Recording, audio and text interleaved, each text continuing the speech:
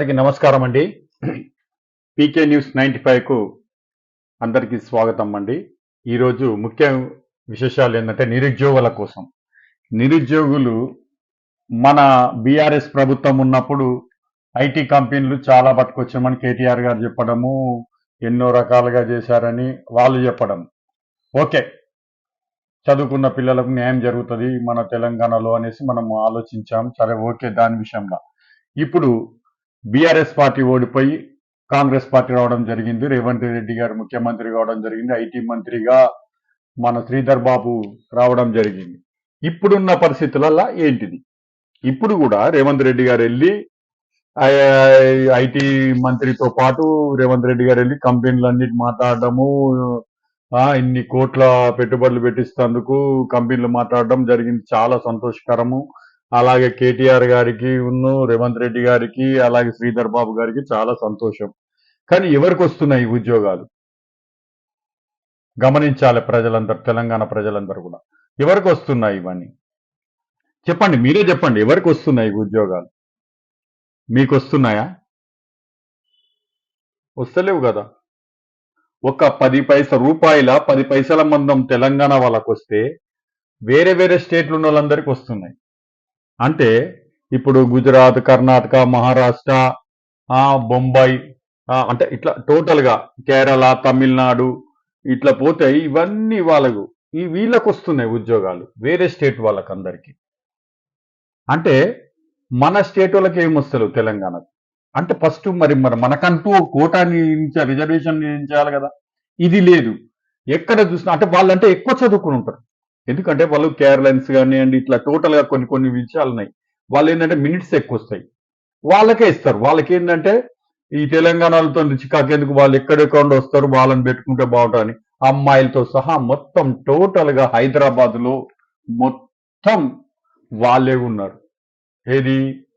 వేరే స్టేట్ వాళ్ళు. అంటే ఇప్పుడు తెలంగాణ వాళ్ళకు ఏంటి పరిస్థితి? ఇన్ని కంపెనీలు పట్టుకొస్తున్నాయి తెలంగాణలో, మేము ఇన్ని అని కేటీఆర్ డప్పు కొట్టుకోవడము, ఇప్పుడు రేవంత్ రెడ్డి గారు కొట్టుకోవడం, శ్రీధర్ బాబు కొట్టుకోవడం బాగా జరుగుతుంది. ఓకే, మనం కాదనం దాని విషయంలో. పట్టుకొస్తాను, వెరీ గుడ్.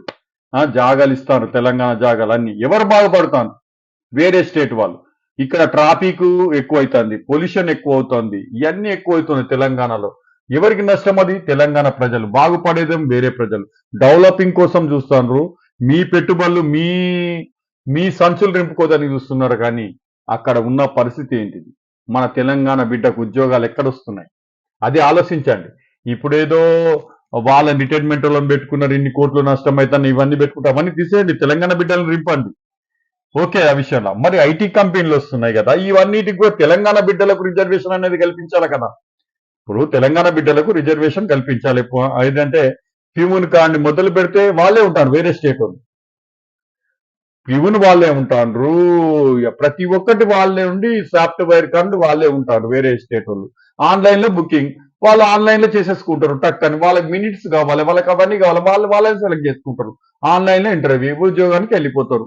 ఇప్పుడున్న పరిస్థితులలో మన తెలంగాణ బిడ్డలు ఎక్కడ న్యాయం అవుతుంది, ఎక్కడ ఉంటది వాళ్ళకి? ఎక్కడ మరి చెప్పండి? ఇంత పెద్ద జాగా ఇవ్వడము, మనం నీళ్లు ఇవ్వడము, కరెంట్ ఇవ్వడము, వాళ్ళకి అన్ని కంపెనీలకు అవన్నీ సప్లై చేసి తెలంగాణ నుండి ఇవాళ తెలంగాణ బిడ్డలకు ఉద్యోగాలు లేకుండా వాళ్ళ పరిస్థితి ఉన్నది. ఇప్పుడు వాళ్ళ పరిస్థితి ఏంటిది మరి?